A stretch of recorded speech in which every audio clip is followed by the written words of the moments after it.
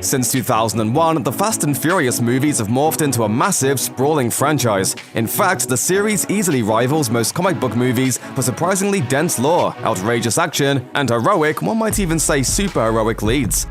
In 2001's The Fast and the Furious, we're introduced to Brian O'Connor, an undercover cop tasked with taking down a gang of muscle car-loving thieves who have been stealing what they claim to be millions of dollars of DVD players. Brian finds a lead in Dominic Toretto, the charismatic ringleader of a group of carheads who may or may not be the same gang that Brian's after.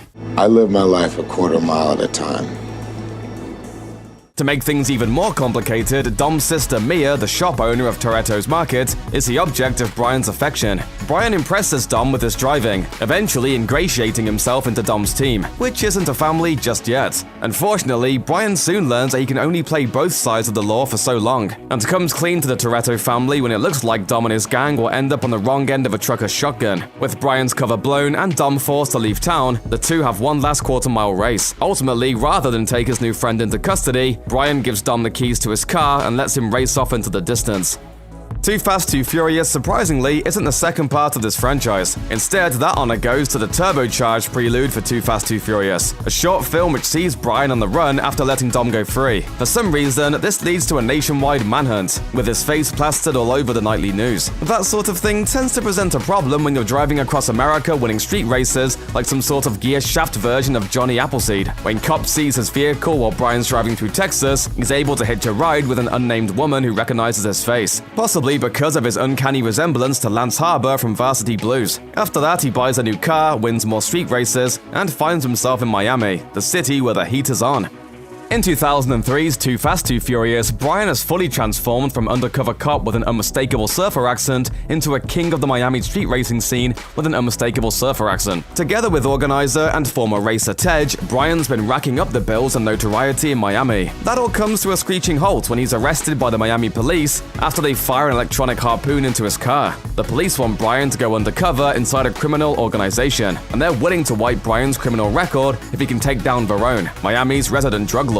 Brian recruits his childhood best friend and ex-con Roman to help him race his way to Verone's good graces. With the help of another undercover agent, Monica Fuentes, Brian and Roman capture Verone, clear their criminal records, and walk away with a pile of illicitly acquired cash. And that's about when the timeline hits turbo speed with chronological hijinks.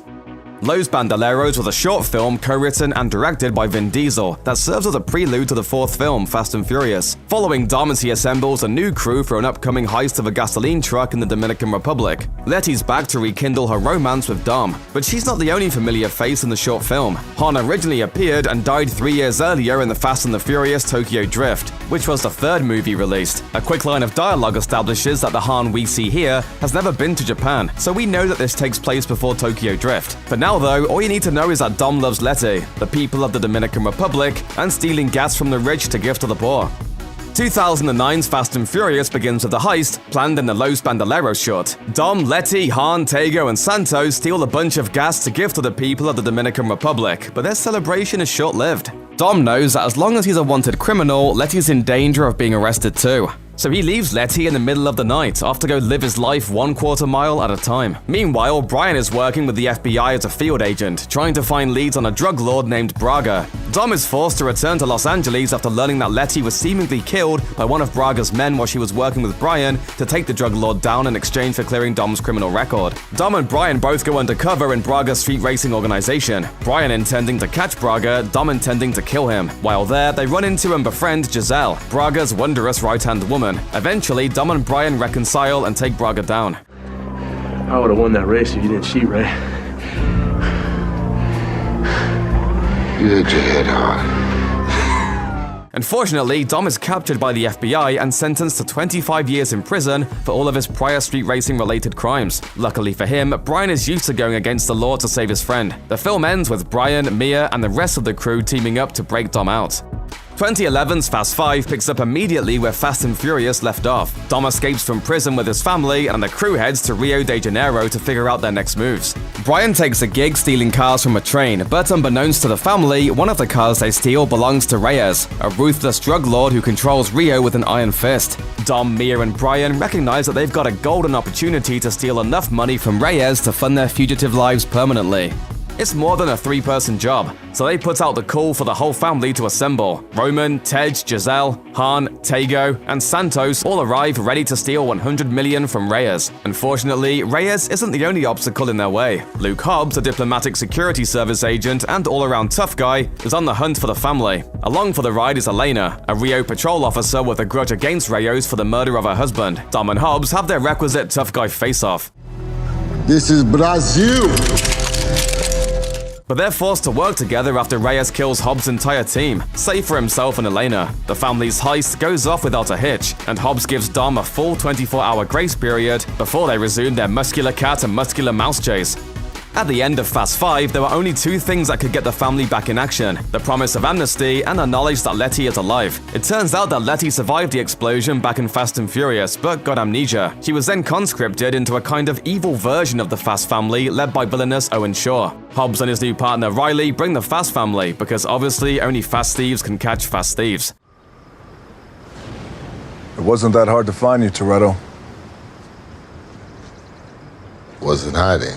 Eventually, through the magic of street racing, Dom's able to convince Letty that she's being manipulated by Shaw, and convinces her to join the team. Unfortunately, she's not the only double agent. Riley's been working for Shaw the whole time, just waiting for the perfect opportunity to betray Hobbs. It all comes to a head on the world's longest airstrip as the Fast family's battle to stop Shaw from escaping with secret government technology. Giselle sacrifices herself to save Han. Shaw is stopped, and ultimately, the family's previous crimes are forgiven, allowing them to return to Los Angeles once again. After Giselle's death in 2013's Fast and Furious 6, Han finally makes good on his promise to visit Tokyo in a movie released 7 years earlier, The Fast and the Furious Tokyo Drift. The third movie released in the series, Tokyo Drift was a failed effort to reinvent the franchise without Paul Walker or Vin Diesel, and most of the film concerns itself with Sean Boswell. He's a high school scholar sent to live with his family in Tokyo after his penchant for street racing lands him in hot water in the States. Sean meets Han, whose coolest ice persona and street racing skills have made him a major player in the underground racing scene. Han takes Sean under his wing, even loaning him a car and tutoring him in the ways of drifting to beat DK, the nephew of a Yakuza crime boss. You know what DK stands for? Donkey Kong? Drift King. Unfortunately, Han's training is interrupted when DK and his uncle's henchmen attack Han's garage. In the ensuing chase scene, Han is tragically hit by a passing motorist, and his fuel tank goes up in a massive ball of fire. Consumed with raging vengeance, Sean challenges DK to a race in which the winner has to leave town forever. Sean wins, becoming the new Drift King, and Dom shows up, explaining that Han was family. The post-credit scene of Fast and Furious 6 returned to Han's death in Tokyo Drift, but with one major bit of context: a mysterious stranger who's following the chase on a police scanner. With careful timing, the stranger speeds right into Han, and then the as-yet-named character calls Dom on the phone as Han's car burns, delivering a foreboding message. Dominic Toretto. You don't know me. You're about to. There's nothing more important than family in the Fast and Furious universe, but bad guys have families too. In this case, Owen Shaw has a big brother named Deckard. He kills Han in the post-credit scene of Fast and Furious 6. When the family hears about Han's death, Dom travels to Tokyo to pay his respects and start the hunt for Deckard. Meanwhile, Deckard's been busy. He's already attacked Hobbs and Elena to find out everything he can about the Fast family. When Dom finally meets Deckard, their climactic street fight is interrupted by a mysterious government agent named Mr. Nobody, who needs Dom and his team to do some odd jobs for them in return for the use of God's Eye, a hacking tool that can find anyone on the planet, including Deckard. This time it ain't just about being fast. The team rescues Ramsey, the hacker who designed God's Eye, from a Somali mercenary trying to use the device for nefarious reasons. It all comes to a head in Los Angeles, of course, where Dom and his team need to keep Ramsey away from Deckard long enough for her to disable the God's Eye. Fortunately, they have some help from Hobbs. Daddy's gotta go to work.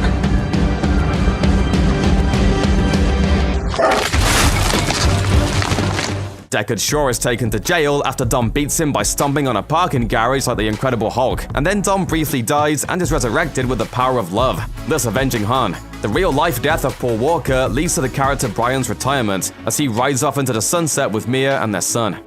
After going to Havana and winning a street race by driving backwards in a car that literally explodes, Dom runs into Cypher, a cyber terrorist who blackmails him into betraying his family for the only reason he would. Even more family. Dom's ex-girlfriend Elena secretly had his child between the events of Fast and Furious 6 and Fate of the Furious, and Cypher is holding the two of them hostage unless Dom gives her what she wants, nuclear weapons. When Dom battles against his family and Mr. Nobody, he calls in favors from some old friends and recent enemies, including the Shaw brothers, who now have full-on jetpacks. They all help Dom double-cross Cypher, but unfortunately, Elena dies, and Cypher escapes to lick her wounds and plot a future sequel. Deckard Shaw arrives to the requisite post-battle meal with Dom's son, who's named Brian after Dom's best friend.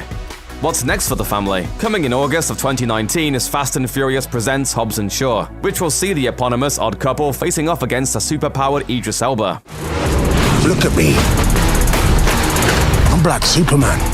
Fast and Furious 9 is slated for 2020, and while there hasn't been much news about it since, an animated show called Fast and Furious Spy Racers was announced in April 2018. Now with reports of on-set conflicts between series leads, the future looks cloudy. The spin-off might be a way to keep Dwayne "The Rock" Johnson and his popular character in the universe without him sharing screen time with Vin Diesel. Whatever else is on the road ahead, no one really knows for sure. All we can do is get there ourselves, 1/4 mile at a time. Today, Dominic Toretto is one of Hollywood's most beloved action heroes, a streetwise, American family man whose uncanny abilities behind the wheel have elevated him from truck-robbing street racer to globe-trotting, world-saving adventurer. Even still, like most heroes, he's had his fair share of mistakes along the way.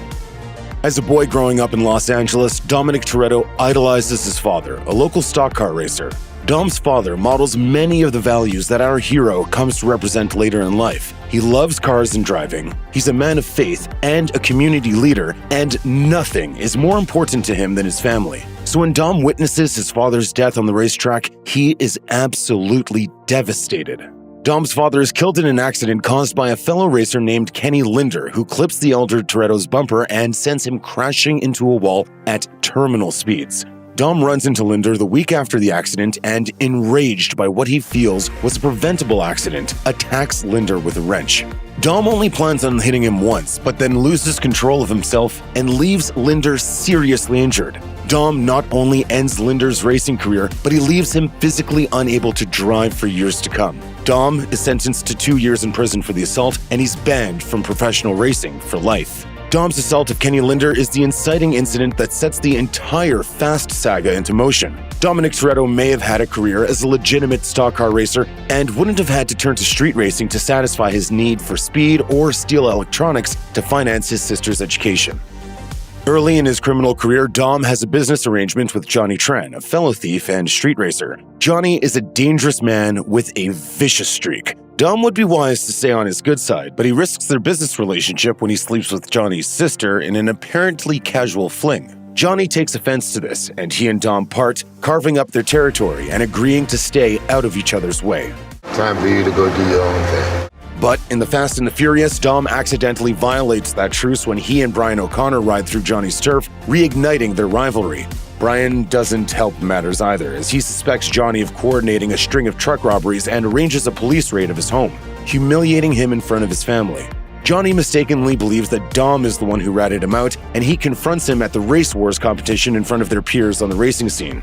To make matters worse, Dom's friend Jesse challenges Johnny to a race and loses, then flees out of panic rather than handing over his pink slip as agreed. Johnny retaliates with a drive-by shooting of the Toretto family home in which Jesse is killed, forcing Brian to return fire and kill Johnny. Dom isn't solely to blame for all this, but had he not put his libido ahead of his business, the bloodshed between the Tran and Toretto crews might have been avoided. In The Fast and the Furious, Dom makes one major, fateful mistake that profoundly reshapes the rest of his life when he welcomes a relative stranger, street racer and mechanic Brian Earl Spillner, into his inner circle.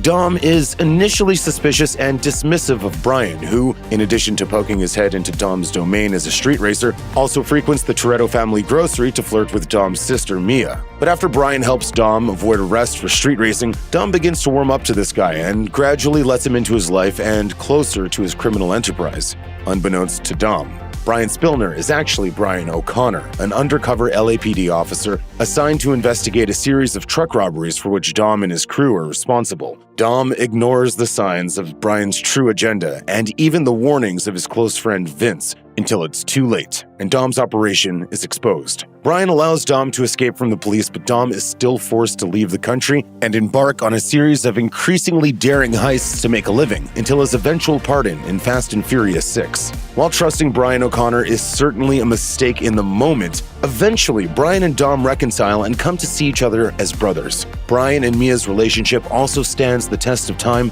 and Dom becomes the proud uncle to their 2 children. The original Fast and the Furious introduces a large-scale racing event and car show held in the desert outside of Los Angeles where street racers can compete for glory, cash, and pink slips without interference from the police. It's a serious, well-organized enterprise complete with DJs, dancers, and a security staff. In Furious 7, Dom reveals that he and Letty Ortiz invented the ritual, which means that Dom and Letty may also be responsible for its very unfortunate name, Race Wars. Dom and Letty would have been pretty young when they came up with this name and likely didn't give much thought to the other connotations of the phrase race war, but now we all have to live with it, and we don't just mean in the movies. The race wars in The Fast and the Furious has inspired similar, regularly recurring events around the world, including in the United States, Germany, and Australia. The idea of creating a space where street racers can show off their skills and their machines in style and in relative safety is a novel one. The problem is that these real-life events also borrow their name from the Fast and Furious films, going with the similar but legally distinct one-word title of Race Wars. Thanks for that one, Dom. In Fast and Furious and its prequel short film Los Bandoleros, Dom is revealed to be on the run from authorities and living in the Dominican Republic, where he and his new crew plan to steal a tanker of gasoline. On the eve of the heist, Dom's girlfriend from Los Angeles, Letty Ortiz, arrives in town looking for him. The couple rekindles their relationship and, as revealed in Furious 7, are married in a private ceremony. The heist is a success, but law enforcement is catching up to them. Dom fears that his capture may be inevitable, so he slips away while Letty is asleep, hoping that leaving her behind might save her from going down with him. This turns out to be a grave error. Still hoping for her happy ending, Letty returns to the United States and offers to work undercover for the FBI in exchange for a pardon for Dom so that the two of them can both go home. When Letty's cover is blown, she's seriously wounded and presumed killed. Now an amnesiac, Letty then joins up with the mercenary crew led by Owen Shaw and goes head-to-head against Dom and his team. While she ultimately rejoins Dom's family late in Fast and Furious 6, Letty doesn't regain her memories until the end of Furious 7. Had Dom respected Letty's choice to share the risk of their outlaw lifestyle, both of them could have been spared a lot of heartache. In Fast and Furious, Dom goes hunting for Arturo Braga, the international drug dealer he believes is responsible for Letty's death. In order to get close to Braga, Dom auditions to join the fleet of performance drivers that Braga uses to smuggle his product across the Mexican-US border. Once he's admitted into their ranks, Dom begins working closely with a man calling himself Ramon Campos, who claims to be an associate of Braga's. This turns out to be a ruse, as Campos is actually Braga himself, working under an assumed identity in order to keep the upper hand in situations like this one. To throw people off his scent, Braga employs a decoy to portray him in public. This ploy works just long enough for Braga to escape the trap set for him by Dom, Brian, and the FBI, allowing him to escape to Mexico. Just as in The Fast and the Furious, Dom spends most of this film missing something that's right under his nose. Dom and Brian capture Braga in Mexico soon after, but Braga should be grateful that Dom didn't determine his true identity earlier. If Dom had known who he was when they first met, he probably would have killed him on the spot. In Fast 5, Dom, Brian, and Mia find themselves in Rio de Janeiro, where their old friend Vince offers them each a spot on a team that plans to hijack 3 performance cars from aboard a moving train. Vince says that the goal of the heist is to sell the cars quickly for cash on the black market, but he hides their true secret objective. Vince also chooses not to reveal that the cars they're stealing have been repossessed by the United States Drug Enforcement Agency, and that there will be armed DEA agents on the train. When the heist begins, Dom quickly senses that the other members of their crew have information that he, Brian, and Mia do not. He calls an audible, telling Mia to take the car that seems most important and hide it away rather than drive it to the agreed-upon rendezvous point. Change your plans. Wait for my call. This car turns out to be the real target of the heist, as it contains a computer chip belonging to local drug baron Hernan Reyes. The mission soon barrels out of control, and 3 of Reyes' men and 3 DEA agents are killed. This puts Dom, Brian, and Mia in the crosshairs of both Reyes and the US government. As usual, the Torettos find a way to turn this situation to their advantage. Even still, the entire mess, including 6 fatalities, might have been avoided if Dom had just allowed the heist to play out as planned. In Fast and Furious 6, Dom gets the news that the love of his life, Letty Ortiz, is still alive and a member of Owen Shaw's hardened mercenary crew. At the behest of DSS agent Luke Hobbs, Dom assembles his team in the hopes of reuniting with Letty and bringing her home, as well as stopping Shaw from assembling the components of a dangerous electromagnetic weapon.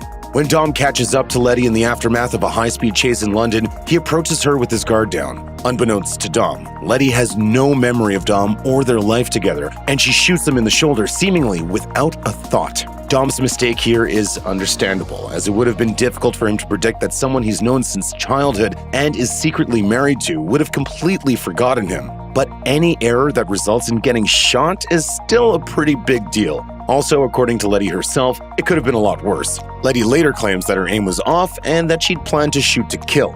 Dom disputes this, but assuming she's telling the truth, Dom's mistake might well have cost him his life. Thankfully, this incident doesn't discourage Dom from reaching out to Letty, and his implicit trust in her is part of what convinces Letty to switch sides and help to take Shaw down. Furious 7 pits Dom against Deckard Shaw, who's out for revenge after the defeat of his brother Owen. The villain proves he means business by killing Dom's friend Han and destroying the Toretto's beloved family home. Next, Shaw stalks the crew at Han's funeral, and Dom makes the questionable decision of chasing after him alone rather than taking the rest of the crew with him. The standoff ends with the 2 of them in their cars playing chicken, and neither of them blink. Dom charges Shaw head-on with his Plymouth Roadrunner, unaware that Shaw has heavily reinforced the chassis of his Maserati Ghibli. Dom steps out of his wrecked Plymouth as the more injured of the 2 men and derides Shaw for what he sees as an underhanded tactic. But Dom hasn't caught on that he's no longer living in the world of street racing or even street-level crime. He's in Shaw's world now, a world of espionage in which Dom can't expect a sense of fair play. If not for the timely arrival of Mr. Nobody and his strike force, Shaw would have shot Dom dead right then and there. By the end of Furious 7, Dom has learned his lesson. When Dom and Shaw play chicken again in the film's climax, Dom pulls a wheelie and jumps the front of his signature Charger over the top of Shaw's Aston Martin, giving him the upper hand in their final street fight. In The Fate of the Furious, Dom is extorted into doing the bidding of international cyber terrorist Cypher, who hopes to use his skills to help spark a nuclear war.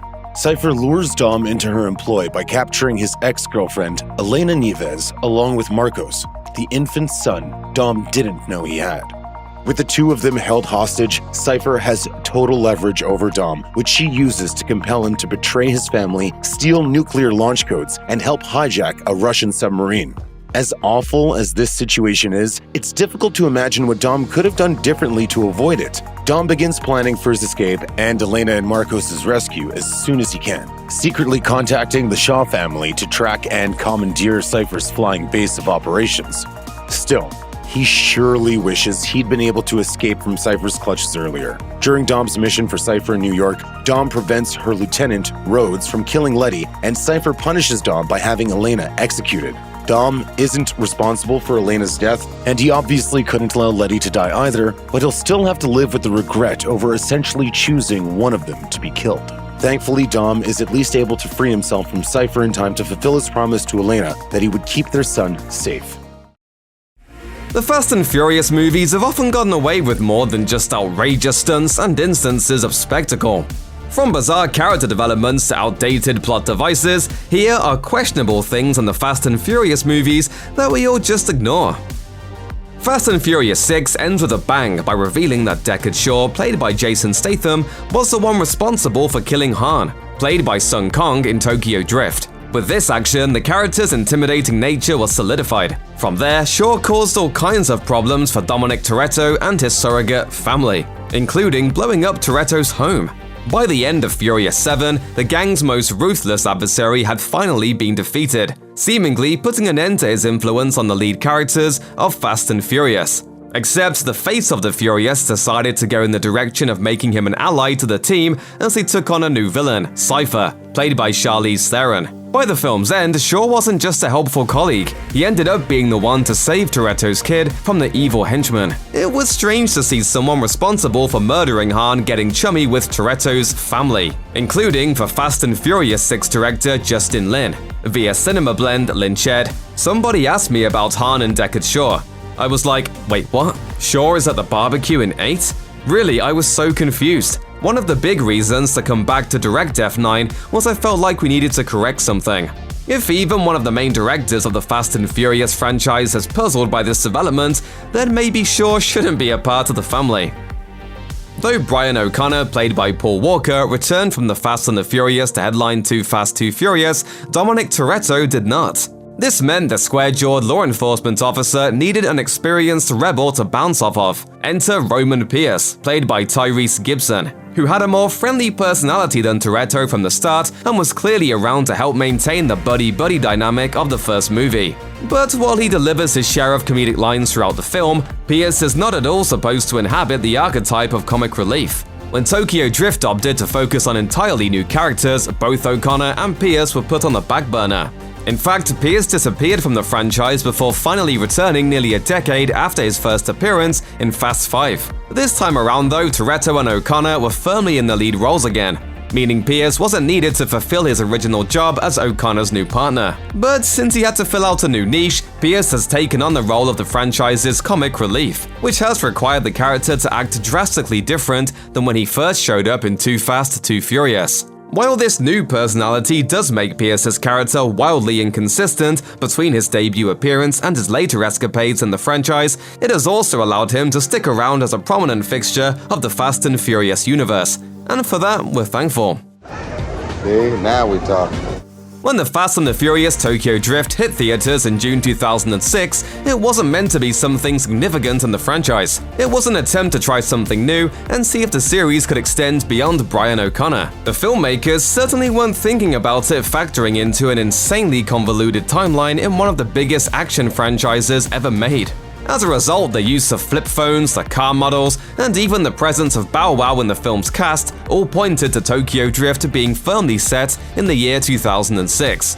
However, this would get extra complicated as the Fast and Furious franchise eventually opted to retcon Tokyo Drift as happening far further in the future. In 2013, Han's death in Tokyo Drift was established as having taken place right after the events of Fast and Furious 6. Meanwhile, Furious 7 followed up on Toretto's brief cameo in the third film by having it revealed that he wanted to talk to Tokyo Drift protagonist Sean Boswell about Han. Suddenly, a movie previously supposed to take place in 2006 was now rooted in 2015, nearly a whole decade after it was initially released. Trying to flip the timeline of the Fast and Furious universe like this was almost audacious enough to be admirable. However, it definitely made the mythos of a series about vehicles zooming by really fast even more difficult to follow. In Fast and Furious, Letty, played by Michelle Rodriguez, is murdered, which is a tragic development for Dom and a puzzling one for the franchise. After all, Letty hadn't been a part of the series since the original The Fast and the Furious, and now she was suddenly dead. However, the post-credit scenes of Fast 5 shows that Letty has taken a cue from Mark Twain in that the rumors of her death are greatly exaggerated. In the next movie, Fast and Furious 6, Letty is not only confirmed to be alive, but she's also shown to be working for the movie's principal foe, Owen Shaw, who apparently rescued her when she was nearly dead. Oh, and she's also got amnesia, which means she has no remorse about working for Shaw or shooting at her boyfriend. Letty's death and resurrection is a puzzling story turn for the series on a number of levels, particularly in the awkward way the Fast and Furious movies refuse to give a more detailed explanation for how exactly she survived. The fact that her amnesia is only sporadically referenced in Furious 7 and barely mentioned in The Fate of the Furious is also strange, especially as it makes her heel turn in Fast and Furious 6 feel extra and needed. Audiences come to these movies for the unbelievable, there's no question about that. But going this route with handling the death and revival of a franchise fixture like Letty feels one degree too far. Elena Nieves, played by Elsa Pataki, isn't one of the most famous Fast and Furious characters, but she has one of the strangest plot lines in the entire franchise. First introduced in Fast 5 as aligned with Luke Hobbs, played by Dwayne Johnson, thus making her an adversary for the principal characters, she's eventually shown to be dating Dominic Toretto at the start of Fast and Furious 6. Her status as Toretto's new love interest isn't long for this world though, as Letty comes roaring back into the series with this same movie. Afterwards, in Furious 7, Elena is shown working alongside Luke Hobbs once again, and there are even hints that a relationship could be forming between the two. Their bond is reinforced by how she's tasked with taking care of his daughter. All of those plot lines vanish in the Fate of the Furious, when Elena is suddenly brought back to the forefront of the continuity as a mother of Toretto's child. All her progress as a character independent of Dom from Furious 7 vanishes, and suddenly she's a mother of his newborn baby. There are a lot of questionable aspects about this plot detail, including how the timeline doesn't quite add up. Toretto and Elena's kids should be much older than a newborn, considering when they last were intimate. Not to mention how all of this feels totally out of character for Elena. And then her quick death caps off one of the most bafflingly executed plotlines in a series not short on strange narrative detours.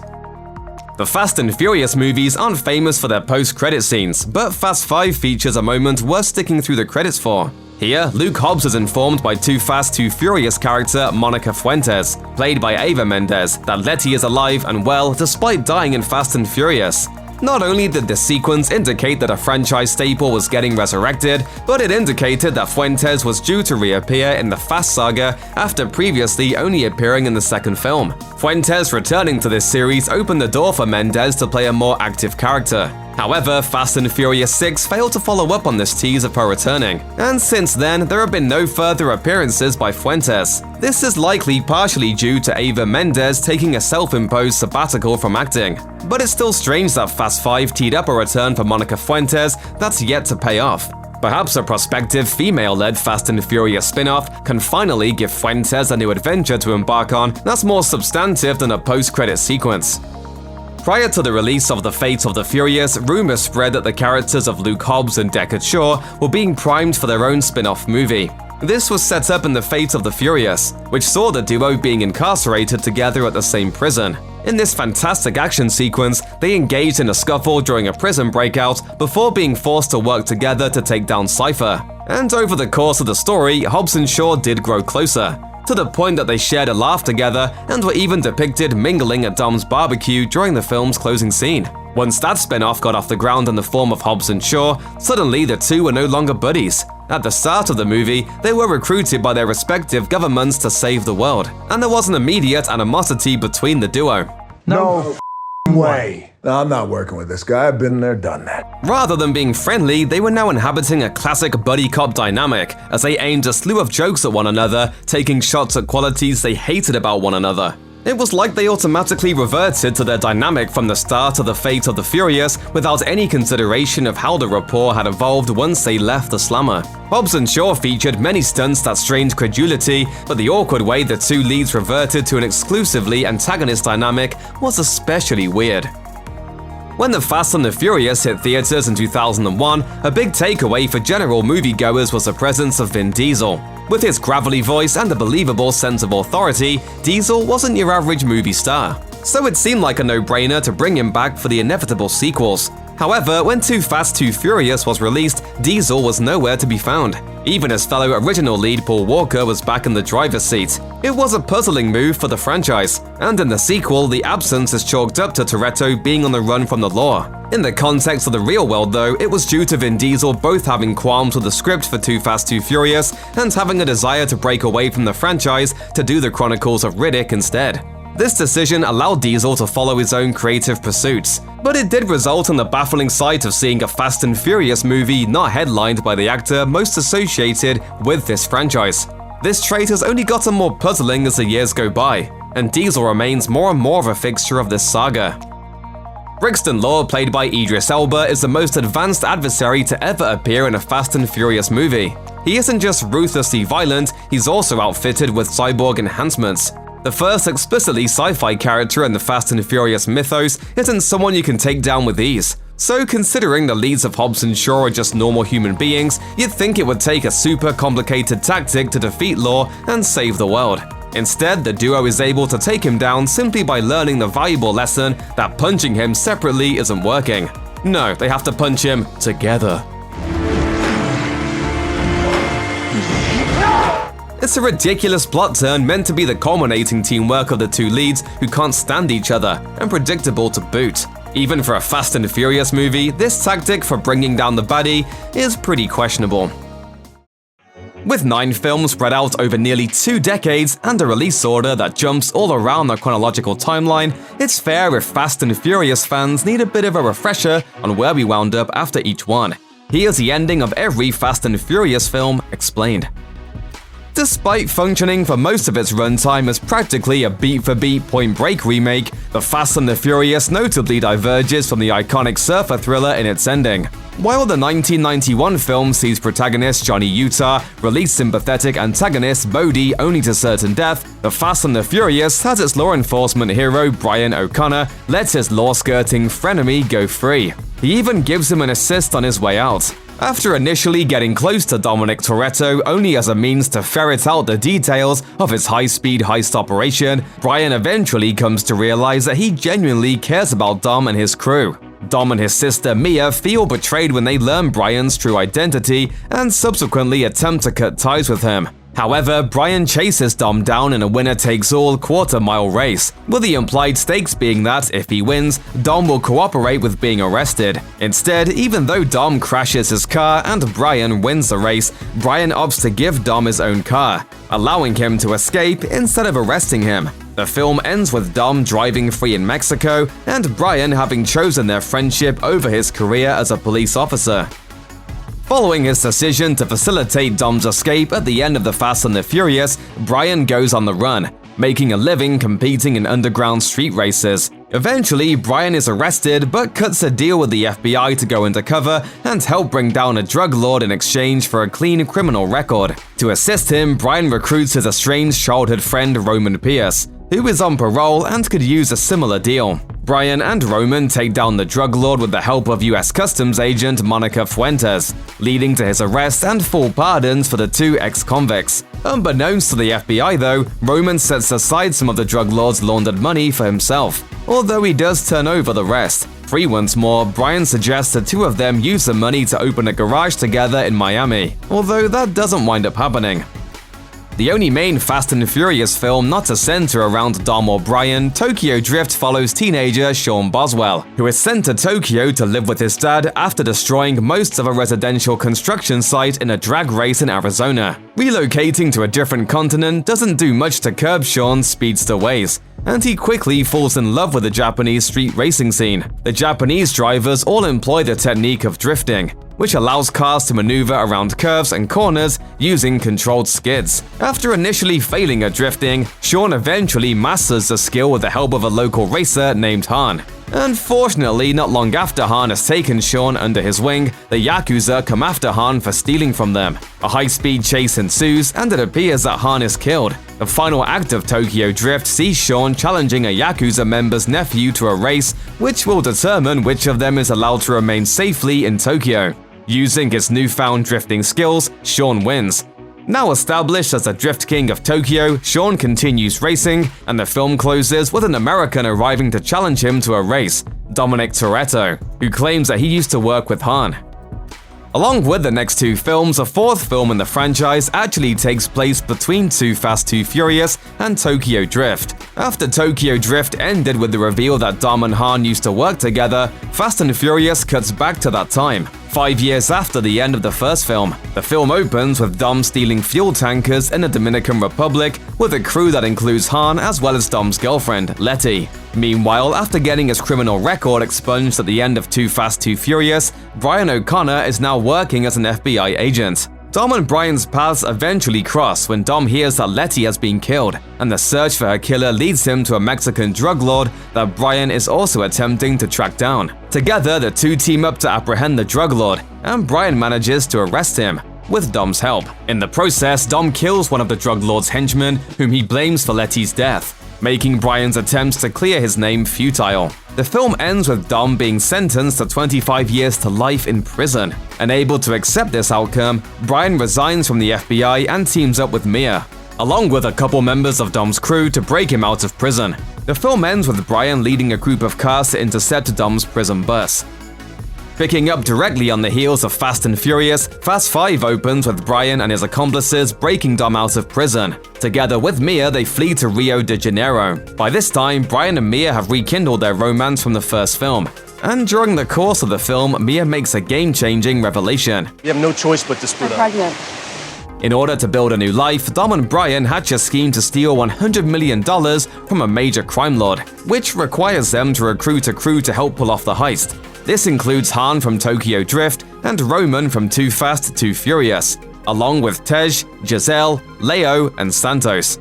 Meanwhile, diplomatic security service agent Luke Hobbs and local Brazilian police officer Elena Neves are in pursuit of Brian and Dom. However, after the crime lord's men murder Hobbs' team, he and Elena agree to join forces with Brian and Dom to help with the heist. In a spectacularly destructive series of events that involves dragging a safe through the city behind fast-moving cars, the group is successful in stealing the money. After killing the crime lord, Hobbs agrees to give Brian and Dom a 24-hour head start, provided they leave the money. The duo agree, but only because they've already secretly swapped out the money. The real loot is divided amongst the crew, who scatter across the globe, each with a hefty pile of cash. At the end of the film, Dom and Elena, who are now a couple, relax on a beach with Brian and Mia.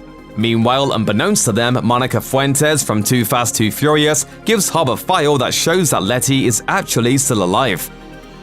Living large following their successful heist at the end of Fast 5, Dom's crew is eventually reunited by Luke Hobbs, who reaches out to Dom for assistance in capturing a terrorist named Owen Shaw. Working as a member of Shaw's crew is Letty, who has completely lost her memories of her life before she disappeared in the fourth movie. Motivated by a desire to find Letty and restore her memories, Dom's crew teams up to track down Shaw, although he eventually gets away. In the process, Dom saves Letty's life, prompting her to decide to switch sides and stay with him.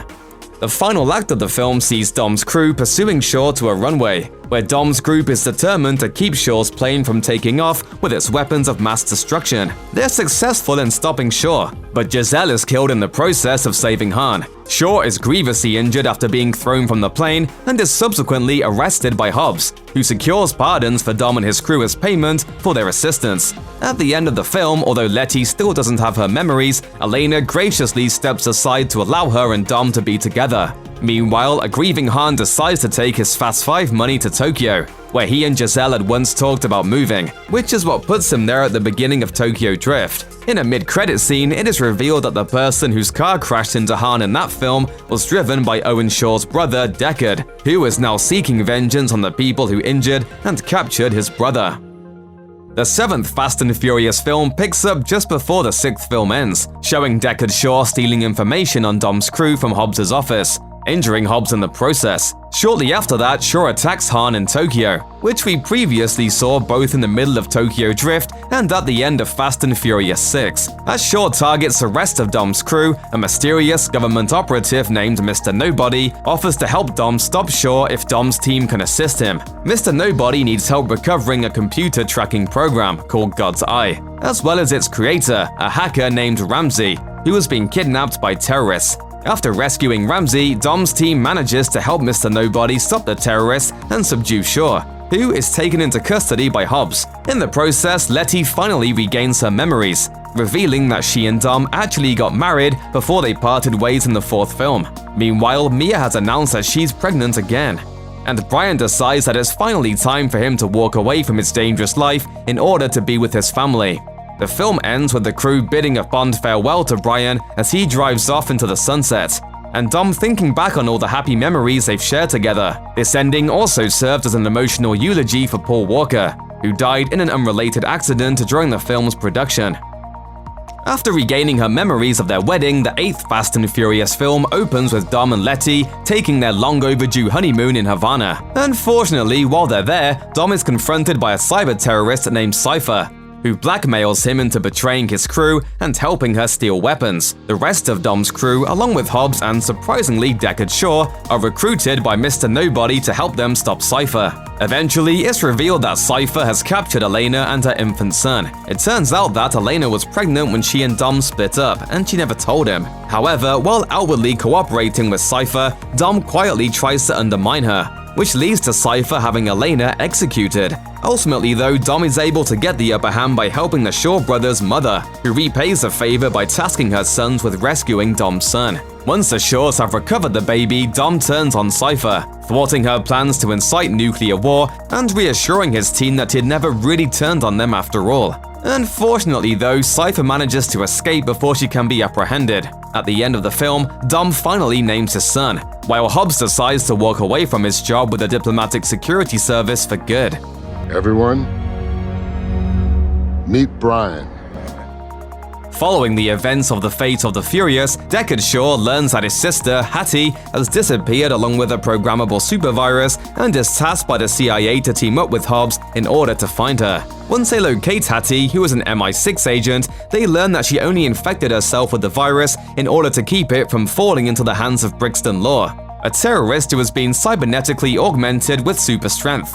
Brixton frames both Shaw siblings along with Hobbs as terrorists, and the trio flees to Hobbs' childhood home in Samoa to figure out their next steps. There, they prepare to make their stand against Brixton's organization, Etion, alongside Hobbs' brothers. As they work to defeat Brixton and his soldiers, one of Hobbs' brothers figures out how to extract the virus from Hattie, even if the process is frustratingly slow. After his defeat, Brixton is killed remotely by the unseen director of Etion, who then insinuates that they'll be coming after Hobbs and Shaw. You don't remember me, do you, Hobbs? You will. It's gonna be a hell of a reunion. However, Hobbs and Shaw are unintimidated by Etion's threats. The film ends with the Shaw siblings breaking their mother out of prison and Hobbs learning about the existence of another, potentially even more dangerous supervirus. Due to a combination of savvy marketing, a powerful international draw, and not taking itself too seriously, the Fast and Furious franchise has become a veritable money-printing machine. But not everyone wants to be a part of it. Here are some actors who turned down roles in the Fast saga. Denzel Washington would have been a massive get for the Fast and Furious franchise. The series has boasted its fair share of big-time actors, but Denzel is on another level. Not only has he been incredibly successful at the box office, but he's also taken home 2 Oscars for his roles in Glory and Training Day. Yeah, I know you got secrets. Everybody got secrets. Didn't know you like to get wet, though. Deadline writes that Universal approached Denzel to appear at the end of the 6th film, which would seg into him playing the role of the main villain in Furious 7.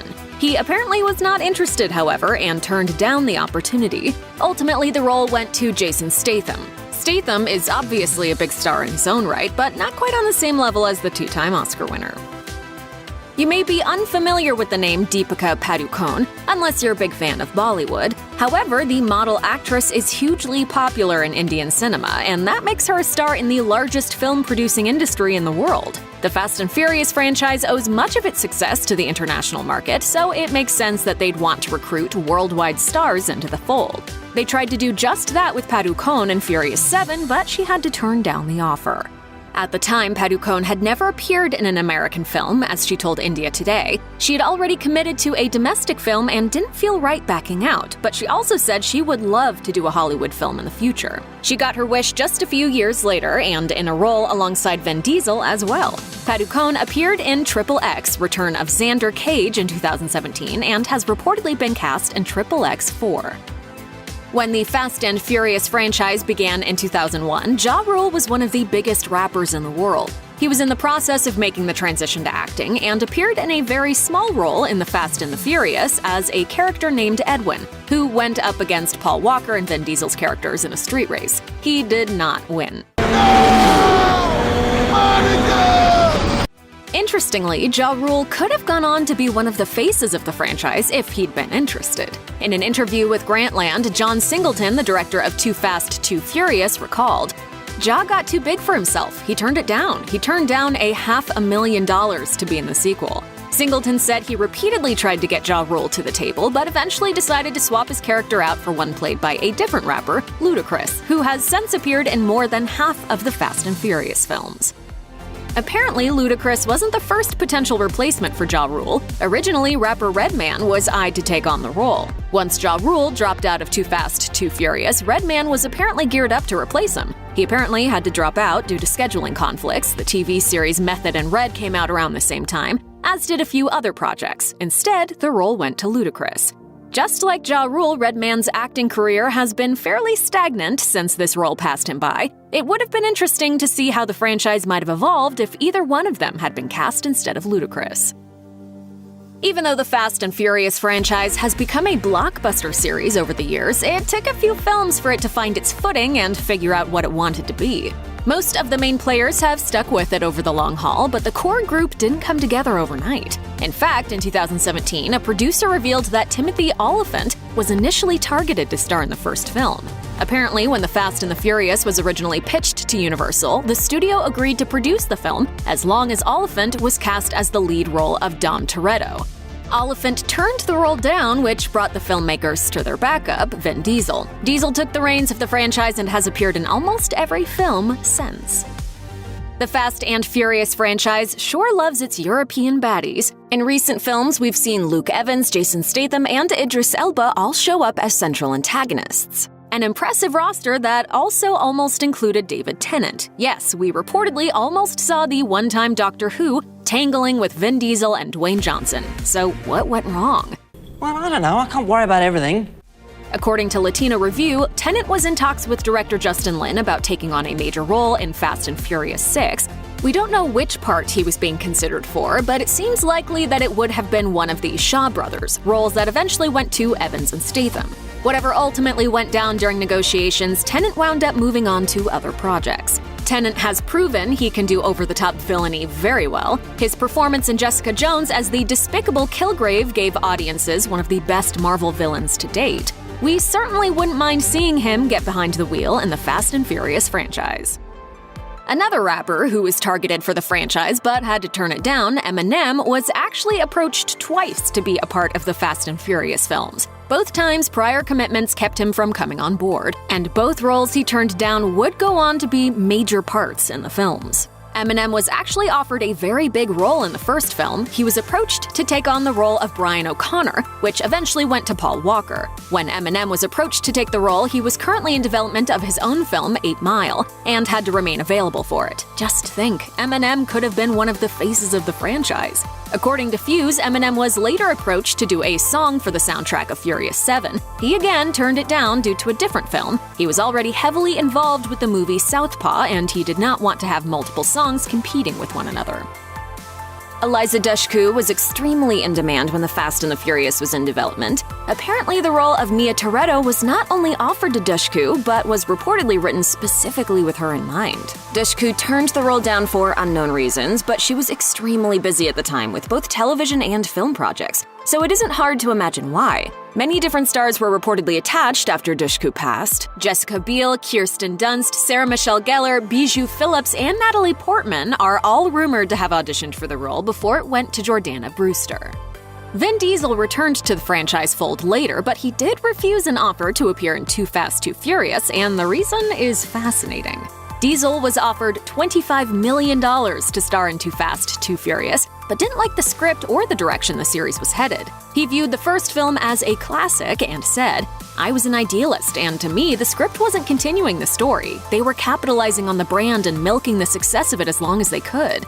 Of course, since Diesel's full-time return to the franchise with the 4th installment, the Fast and Furious movies have morphed from a story about cops out to infiltrate a street racing gang into a wildly over-the-top saga, fueled by globe-trotting action, espionage, and an increasingly casual relationship with the laws of nature. Get ready! The ground's coming fast! Continuing the story will only take you so far. This one is a bit of a cheat because, as far as we can tell, Guardians of the Galaxy star Dave Bautista has never actually been offered a role in the franchise. That said, his refusal of a fan pitch was enough of an adamant refusal that we had to include it. Once the news broke that John Cena would be appearing in F9, a fan tagged Bautista on Twitter with this pitch. The Rock and John Cena will get a Fast and Furious spin-off also, and Dave Bautista will be the villain. Bautista responded with 2 nauseated emojis and the words, "Thank you for your consideration, #I'd rather do good films." Now, we love Batista, but that's a pretty bold response from a man who has starred in not one, but 2 Escape Plan sequels. Besides those 2 missteps, however, Batista has been fairly choosy with most of his roles. Never say never, but that big-time dunk on Vin Diesel's franchise will probably keep the animal out of Fast and Furious films for a while.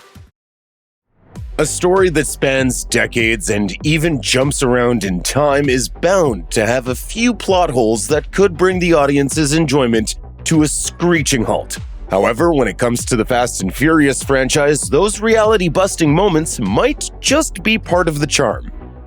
In the oft-forgotten Too Fast, Too Furious, Brian O'Connor finds himself an outlaw living in Miami and doing what he does best: street racing. The person behind the Miami underworld street racing scene is mechanic and organizer Tej Parker. When fans are first introduced to the character, he's a humble mechanic who used to street race like Brian. However, after hitting a wall doing 120 miles per hour, he doesn't drive anymore. Instead, he just organizes races. Tej then disappears until Fast 5, when he's called to Brazil to help Brian and Dom Toretto with a heist. That's where he also demonstrates a renewed ability to drive, an intimate knowledge of high-tech safes, and the ability to acquire almost anything in the world for their odd little safe house in Rio.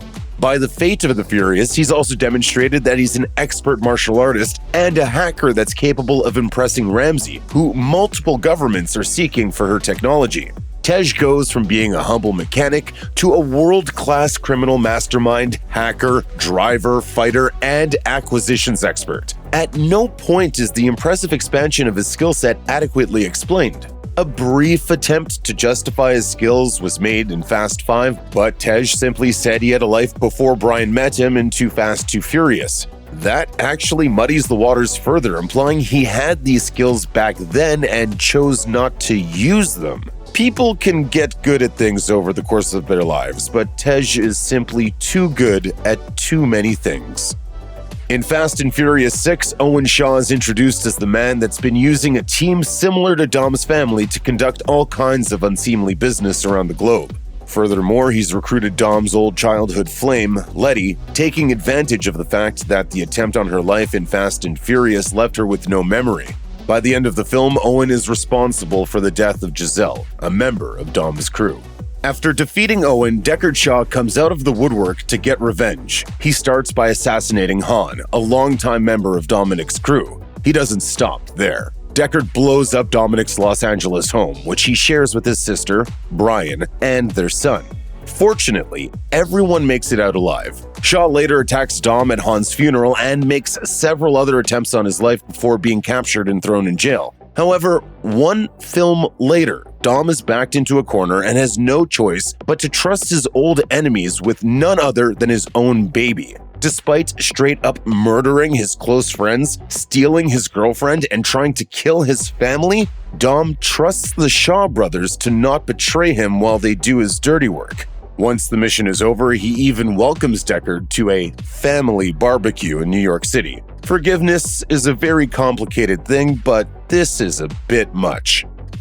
The first movie opens with Brian O'Connor taking his shot at becoming a detective by going undercover in the street racing world. The film ends with him befriending Dominic Toretto and letting him escape custody. Just like that, he goes on the run and becomes a full-fledged criminal and fugitive. He's eventually found by the FBI in Miami, but instead of arresting him, they recruit him to do a job for them and bust a worse criminal. He complies with the request, leading to his record being cleared. But it doesn't stop there. The next time the audience sees Brian, he's a full-on FBI agent. Now, someone with a clean record can presumably go through the steps to become an FBI agent. However, given that the FBI are the ones that cleared him in the first place, it's improbable to think that they weren't aware of who he was or his propensity for letting street racer friends escape justice. It's almost like the feds get what's coming to them when Fast and Furious ends with Brian, predictably, offering to let Dominic off the hook, only to have to orchestrate his daring prison break weeks later. In the end, Brian ends up on the wrong side of a wanted poster, but he frankly shouldn't have ever been trusted on the right side in the first place. Fate of the Furious had the burden of having to top the 7 movies that came before it. Its attempt to do that can be summed up in a daring scene in which Dominic Toretto has to face off against his own team in a New York City chase. Dom, however, has the support of the criminal mastermind Cypher, who has her team of expert hackers take over autonomous cars in the city and remotely drive them like they're a sea of unfriendly metal. Cypher says, "I want every chip with a zero-day exploit in a 2-mile radius around that motorcade now." Hack 'em all.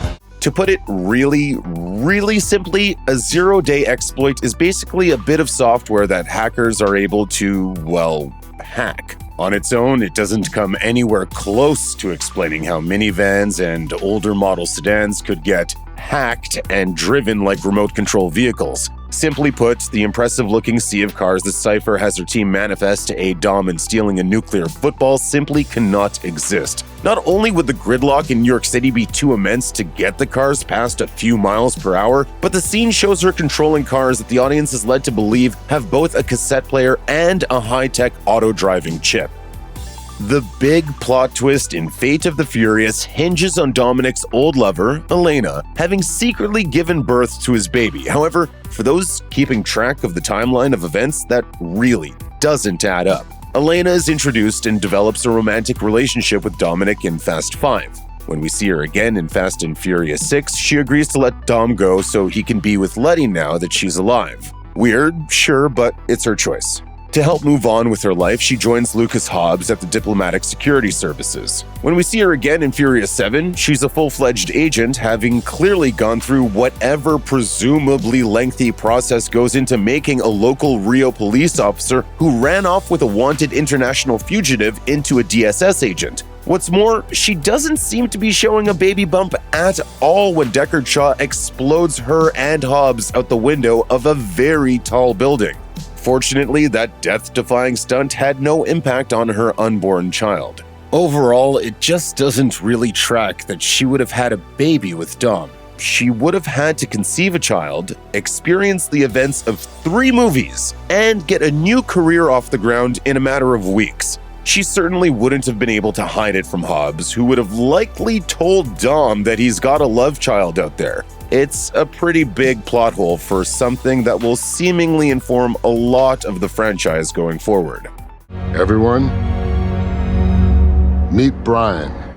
Anyone who watched Fast and Furious 6 was likely struck by 2 things during its climax. The first being the thrilling action, and the second being the fact that it appeared to take place on a seemingly endless runway. For those who don't know, the climactic scene sees the bad guys trying to escape in a plane with one of the good guys as their hostage. Dom's crew has to catch up in their cars and somehow find a way to ground the plane and get their friend off before it takes off. What ensues is a roughly 13-minute action sequence that's truly unlike anything that came before it. Since the movie premiered in 2013, many internet sleuths and amateur mathematicians have done their best to calculate exactly how long the runway would have to be in order to accommodate the lengthy chase. The people at Vulture factored in the car's speeds and consulted an actual pilot to tell them how fast a cargo plane like that needs to go before it can take off. And their estimate put the runway at about 28.8 miles long. The folks at the BBC, however, factored in the idea that the movie was cutting between multiple things happening at once and put its estimate at 18.37 miles long. Regardless, they both agree that the film's runway well exceeds the largest paved runway in the world, which is around 3.5 miles. Fast and the Furious reunited the original gang from the first movie and is, in many ways, the first direct sequel to the original The Fast and the Furious movie. The thing that brings Brian O'Connor and Dominic Toretto back together is the sudden and tragic death of their mutual friend, Letty. When Brian convinced Letty to be an informant to the FBI, she got involved with some bad runners. One of them, Phoenix, betrayed her and chased her down. He wrecked her car and is believed to have put a bullet in her head. Later in the movie, he tells Dom that he doesn't remember Letty's face. He couldn't. Last time I saw it, it was burning. So, apparently, there was a fire. In Fast and Furious 6, Brian goes to prison and is told by Phoenix's boss that Phoenix actually pointed his gun at the gas tank and blew up the car. First of all, a bullet to the gas tank doesn't always blow up a car in real life, but that's not the main issue. The main issue is him saying he definitely killed Letty and even saw her body burning. As fans know, Letty was blown clear of the wreckage. No bullet wounds and definitely no burns. Instead, she just has a nasty case of amnesia, which explains why she doesn't remember Giselle bringing her to the hospital where she was found and recruited by Owen Shaw. Fate of the Furious begins with Lucas Hobbs being approached by a fellow DSS agent to inform him that he needs to recruit Toretto's team for a job retrieving an EMP. He's told in no uncertain terms that this operation in Berlin is off the books. If he's caught, he will go to prison and be completely disavowed by his agency. Hobbs accepts, not knowing that Toretto had been approached by Cypher and blackmailed into betraying his team. Hobbs is arrested and sent to prison, as promised. However, despite committing a crime in Berlin and being disavowed by the DSS, he finds himself in a DSS prison, the same one that's housing Deckard Shaw. The question is, if the DSS wanted to disavow Hobbs for getting pinched in Berlin, why didn't they just let police in Berlin imprison him? How did he end up in the custody of the people that are actively trying to pretend that they have nothing to do with him? One could argue that Mr. Nobody orchestrated the whole situation so he could bring Shaw into the mix. However, before Hobbs actually goes into his prison cell, he's approached by Mr. Nobody with an offer to work for him, which he rejects. This makes the ensuing prison riot a clear plan B for Mr. Nobody. Admittedly, no true fan of the franchise would sacrifice the prison riot scene in that movie for all the international prisoner exchange logistics in the world. However, the fact remains that it's a big plot hole. At the conclusion of Furious 7, Letty reveals that at some point during the movie, she got the entirety of her memory back just in time for the news to somehow heal Dom's wounds and bring him back to consciousness. By the 8th movie, she's back to the character we saw last in Fast and Furious. However, it's not fully explained how Letty got her memory back or why in the world she decided to sit on that information until Dom was basically dead. It's very subtly implied earlier in the film that her fight with Kara in Abu Dhabi may have knocked something loose in her brain. Sadly, it's never fully explained, and it doesn't look like the remainder of the franchise has any plans to backtrack to address that. Instead, odds are good they'll forge ahead with even more reality-bending, over-the-top action movie insanity. Not that anyone's complaining about that. Since the original The Fast and the Furious in 2001, each film in the franchise has added more names onto the roster. With 2 decades worth of Fast films and more on the way, that's a lot of faces and backstories to remember. So, we've recapped every main character story, including where they started, where they are now, and any notable stops they've made along the way. When we meet Dominic Toretto in The Fast and the Furious, he's helping his sister Mia run their family's small LA market, while also running an operation stealing electronics off moving 18-wheelers and participating in illegal street races. Dom was once incarcerated for assaulting the man he blamed for causing the accident that killed his father. However, that wasn't enough to steer him away from crime, which eventually led to him going on the run to avoid arrest. Dom's been with his girlfriend Letty since they were teenagers. They eventually marry in the 4th film, although their wedding isn't revealed until the 7th. In between, when Dom's forced to flee justice again, he learns Letty's been killed. After taking time to grieve, he dates Elena Neves, fathering a child with her, although he doesn't learn about his son's existence until months after he's born. While Elena's pregnant, he learns Letty's alive, but suffering from amnesia. Elena steps aside so they can be together. Eventually, Letty regains her memories, and following Elena's death, Letty and Dom raise a son together, whom Dom names after his best friend. Everyone, meet Brian.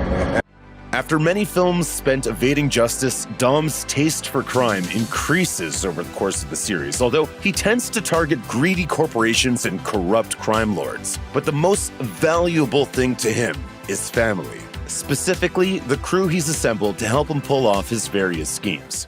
The most important thing in life will always be the people in this room. Right here. Right now.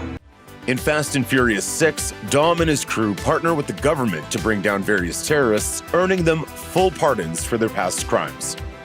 Introduced in The Fast and the Furious, undercover LAPD officer Brian O'Connor initially ingratiates himself with Dom under false pretenses. His goal is to earn Dom's trust so that he can catch him and his crew in the act and arrest them all. But gradually, his friendship with Dom turns genuine, and Brian ultimately chooses Dom over his career. Brian goes underground, but is found by the FBI, who offer him a deal. bring down drug lord Carter Verone and get pardoned. Brian agrees and joins the FBI. Later, he sends Letty undercover with cartel leader Arturo Braga, but later learns she's been killed. To track down her killer, he reunites with Dom, as well as Dom's sister Mia, whom Brian briefly dated years before. When Dom kills Letty's supposed murderer and earns himself a lifelong prison sentence, Brian ditches his career again to partner with Mia and free him. Later, when Mia tells Brian she's pregnant, Brian and Dom decide to pull off one last heist that'll allow them to drop off the grid and live in peace. But Brian is pulled back to crime twice more after that. Once, when Dom learns that Letty's alive, and again when their crew is targeted by a terrorist. Finally, with a second baby on the way, Brian decides to step away from the fast, furious lifestyle for good, settling down with Mia and his growing family. Off-screen, Brian was written out of the franchise because of Paul Walker's sudden death during production of Furious 7. While Mia can still return as part of the crew, Brian's story is complete, with his character last seen driving off happily into the sunset. Letty Ortiz has long been Dom's partner in everything, sticking by him even when Dom keeps leaving her behind. After he goes on the run at the end of The Fast and the Furious, Letty spends several years tracking him down, eventually finding him in the Dominican Republic. Picking up where they left off, the couple wastes no time in secretly marrying before pulling their biggest heist yet. But when the plan goes sideways, Dom goes on the run once again, leaving Letty on her own. Letty brokers a deal with Brian. She'll go undercover to help bring down Braga in exchange for Dom's pardon. But when she uncovers a plot to kill her, she tries to flee only to be left for dead. Eventually, Letty awakens in the hospital with amnesia and is taken in by criminal Owen Shaw. Letty works for years as part of Shaw's crew with no memory of her former life, but switches sides when she encounters Dom and he wins her trust. The two date for a while, but Letty breaks up with him because she doesn't think they should be together while she still lacks her memories. However, she regains them when Dom's nearly killed, and the two finally take their long overdue honeymoon. Even when Dom appears to betray the team after being blackmailed, Letty never loses faith and welcomes him back into the family with open arms. You know I never left you, Letty. I know. And you know I never will. I know. Mia Toretto resisted her brother's criminal endeavors for a long time, but she's eventually pulled in when Dom is sentenced to prison and she helps Brian break him out. After that, Mia sticks with Brian as they travel internationally and pull off daring heists. When they're double-crossed by a crime lord named Reyes, Brian and Dom believe they'll need to split up to avoid being caught. Mia disagrees, revealing she's pregnant. The trio, instead, decide to recruit a crew to steal $100 million of Reyes' money so that they can go underground and live in peace.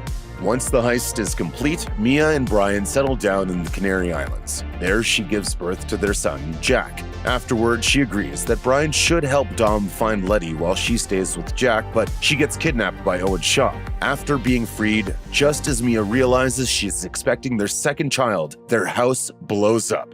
Brian joins Dom for one final mission, and once their family is finally safe again, Mia and Brian retire for good. However, Mia will be rejoining the action, this time without Brian, when her estranged older brother Jacob shows up in F9.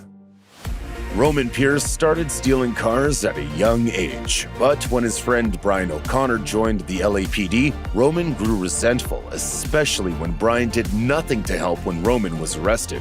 The two reconnect in Too Fast, Too Furious, when Brian recruits Roman to help in an investigation requiring them to go undercover. In return, the FBI promises them both a pardon. They complete their mission and clear their names and recover a large amount of stolen money. Unbeknownst to the FBI, though, Roman also sets aside a generous portion of the cash for himself.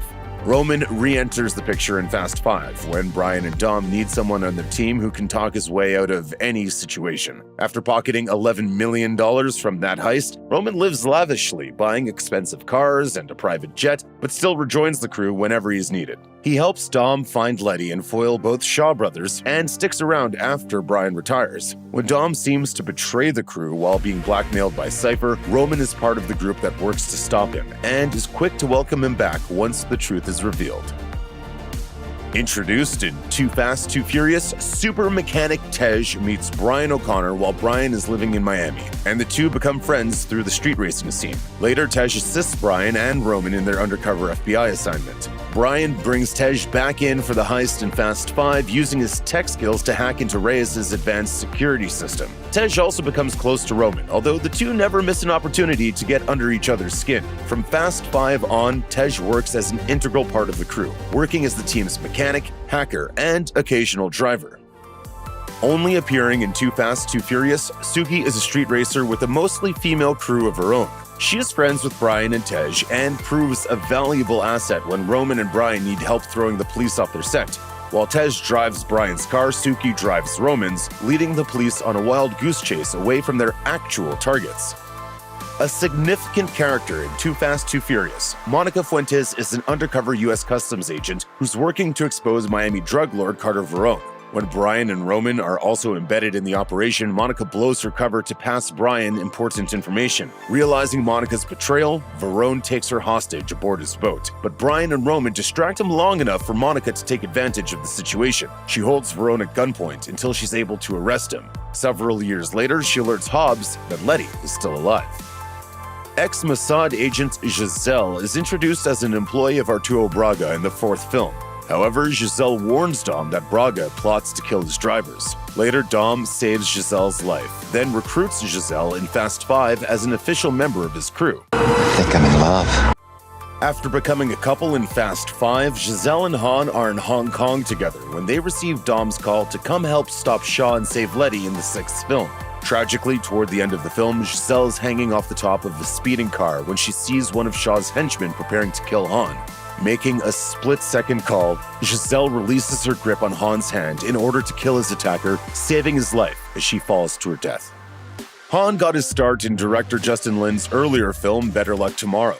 In high school, Han was part of an organized cheating operation that spun out of control and eventually resulted in a murder. Following the events of that film, Han left to travel the world. He met Dom in Mexico and occasionally helped with various missions. Han's first appearance is in the third film, but chronologically, his first mission is in the fourth released film in the franchise, which serves as a prequel to the third. Quiet, observant, and adaptable, Han helps with Dom's heists in the fourth, fifth, and sixth movies, during which he also falls in love with fellow crew member Giselle.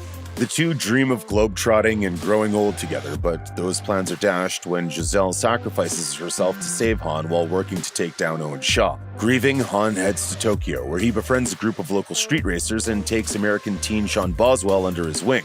Han also begins stealing from the Yakuza, eventually finding himself in a high-speed chase once his crimes are discovered. The chase ends in a horrific crash, but it turns out to be no accident. Han was targeted by Owen's brother, Deckard Shaw. It appears Han dies in the crash, but F9 reveals that somehow Han actually survived and will rejoin Dom's crew.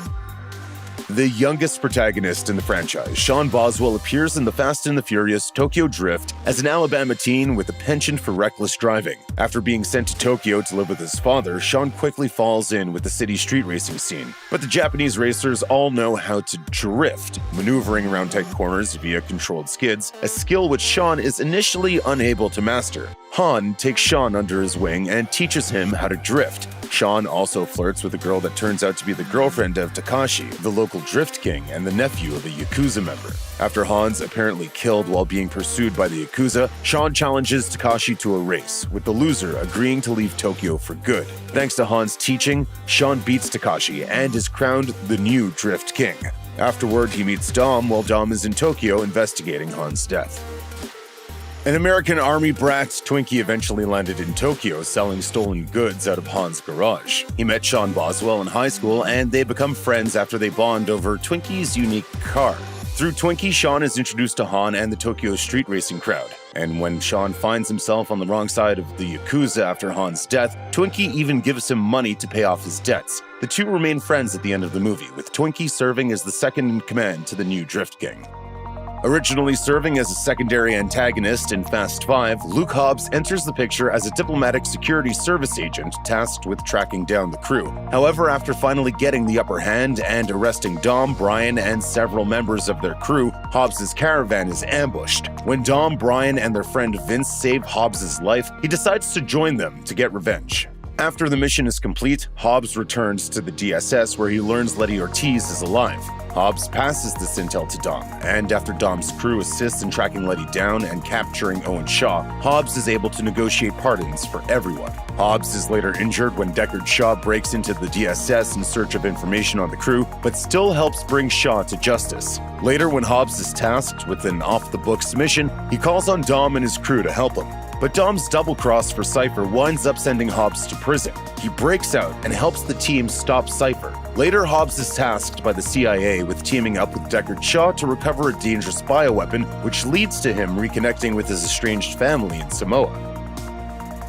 We meet Elena in Fast 5 when she's recruited by Hobbs to assist in his investigation. But when she comes face to face with Dom, she opts not to shoot him when she has the chance. In turn, Dom saves her from Reyes' men, making Elena question whether he could really be guilty of the crimes he's accused of. After Dom and Brian save her life again, Elena leaves her law enforcement career to go on the run with Dom. The two begin a relationship on the Canary Islands, where she also grows close to Brian and Mia. But when Dom learns Letty's alive, Elena urges him to find her. Elena stays behind to protect Mia and baby Jack, getting Jack to safety when Mia's kidnapped. After Dom finds Letty, Elena steps aside, not revealing she's pregnant with Dom's child. Eventually, after joining the DSS with Hobbs, Elena gives birth in secret. Shortly after, she and her infant son are kidnapped by Cypher to use as leverage against Dom. Elena tells Dom she's given the baby a middle name, Marcos, but she wanted Dom to choose his first name. Elena is soon executed by Cypher as punishment for Dom's insubordination.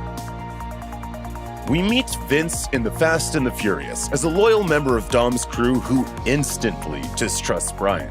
Part of Vince's issue with Brian is Mia's attraction to him, since Vince wants her attention for himself.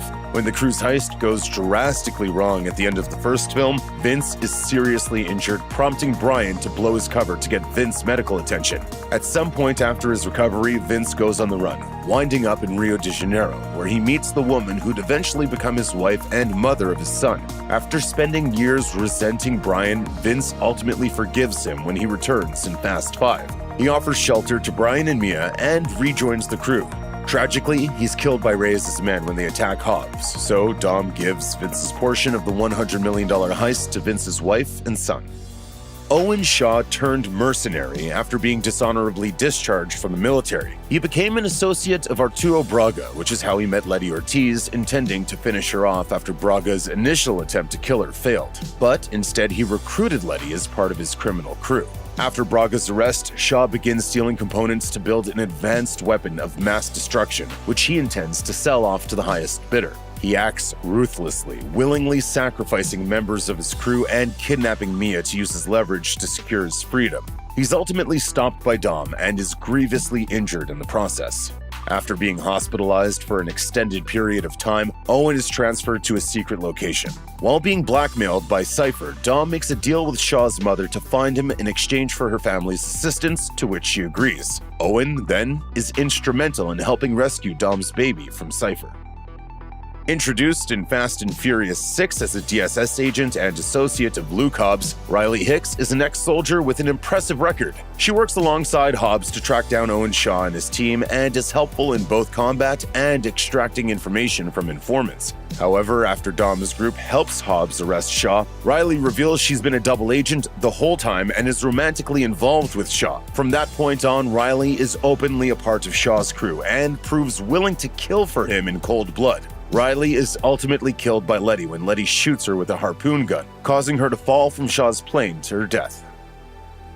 Although Brian and Dom spent most of Fast and Furious working for the drug lord known as Braga, it turns out the man they thought was Braga was actually a decoy. The real Braga was his second in command, who'd gone by the name Roman Campos. Those closest to him knew about the deception, but everyone else bought into the lie, helping the real cartel leader avoid detection. For a while, this helps him fly under Brian and Dom's radar. However, they're eventually able to apprehend him in Mexico, and he's sentenced to life in prison. At some point prior to this, though, he's formed an alliance with Owen Shaw, who helped influence Braga's operation and whom Braga hired to kill Letty. While Braga's in prison, Brian poses as a prisoner to get close to him in order to find out more information about what happened to Letty. Braga tells him everything before attempting to kill him, but Brian manages to get the upper hand, stabbing Braga in the leg in the process.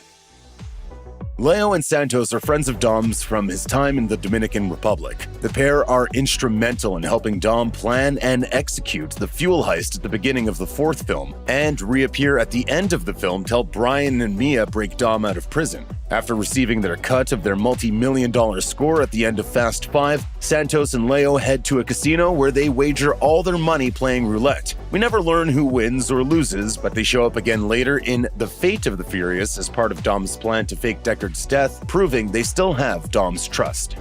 Introduced in the fourth film, FBI agent Michael Stasiak initially gets along with Brian, but the two butt heads when Stasiak brings Mia in for questioning. After Brian tricks him into letting her go, Stasiak is suspicious of Brian's loyalties. He winds up second-guessing him at a critical juncture that puts their undercover operation at risk. However, Stasiak still has a good enough impression of Brian to help him sneak back into the US in Fast and Furious 6. He then gives Brian an alias and embeds him in the prison where Braga's being kept so Brian can question him. First introduced in Furious 7, Ramsey is an accomplished hacker who catches the crew's attention after she invents a device called the God's Eye, which can be used to track down anyone on the planet. Realizing how dangerous the God's Eye can be, Ramsey sends it to a friend to keep safe, but she's then kidnapped by a mercenary seeking the device. Knowing Deckard Shaw has targeted Dom's crew, the government strikes a bargain. If Dom retrieves Ramsey and the God's Eye, he can use it to track down Shaw. After the crew rescues Ramsey, she helps them track down the God's Eye and defeat Shaw. She eventually joins Dom's crew permanently. Owen's brother Deckard first appears at the end of Fast and Furious 6, tracking down and presumably killing Han in Tokyo. A former clandestine military operative and MI6 agent turned mercenary, Deckard uses his skills to break into the DSS offices and steal information on Dom's team. While he's in Tokyo, he also mails a bomb to Dom's childhood home, where Mia and Brian are living, and detonates it while on the phone with Dom. Deckard continues his attempts to hunt and kill the crew, but he's ultimately thwarted by Dom and taken into CIA custody. Hobbs is later put into the cell opposite him, and the two waste no time in annoying each other. But before long, the pair escape during a prison riot initiated by Mr. Nobody, a covert government agent. Reluctantly, Deckard agrees to work with Dom's crew to stop Cypher, since he also blames her for Owen's fate. After helping them track down Dom and Cypher, it appears Deckard is killed by Dom, but that's revealed to be a ruse facilitated by his mother. With Owen, Deckard breaks into Cypher's plane and rescues Dom's son, whom he returns safely to Dom. Later, Deckard's recruited by the CIA to assist Hobbs, to their mutual irritation, in recovering a bioweapon possessed by Deckard's sister, Hattie. Although Cypher isn't introduced until The Fate of the Furious, she's been pulling strings behind the scenes for quite some time. She's hired Owen Shaw to steal the components he was assembling in Fast and Furious 6, and was the mastermind behind the plan to steal the God's Eye in Furious 7. It's even implied she has ties to Braga. In the 8th movie, Cypher kidnaps Elena and her son to use as leverage to manipulate Dom, which works for a while. However, while Cypher knows that Dom's loyalty lies with his family, she underestimates how far he'll go to keep them safe, enabling him to eventually break free of her control. Motivated by power, Cypher's goal is to start a nuclear war. Even though her plans are thwarted by the end of the 8th movie, she manages to escape and will be returning to collect her revenge in F9. No one knows Mr. Nobody's real name, or even which government organization he works for. All we know is that he's a covert agent who shows up in Furious 7, offering Dom the chance to track down Deckard Shaw in exchange for his assistance. Describing himself as a shadow, Mr. Nobody has abundant resources and technology at his disposal, and is untethered by official policies and procedures. Mr. Nobody shows up again in The Fate of the Furious, staging a prison riot to free Hobbs and Shaw so that they can help Dom's crew track down their leader. Meanwhile, Little Nobody shows up as Mr. Nobody's protege in The Fate of the Furious. So then who is he? Him? He's nothing. He's like less than me.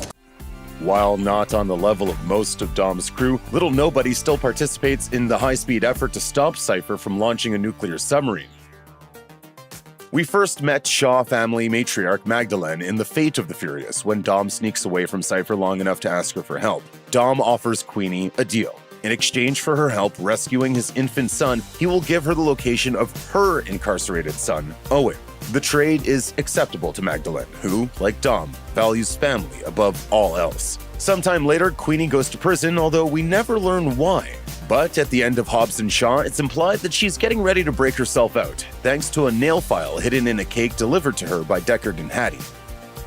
We don't know much about Jacob, who'll debut in F9.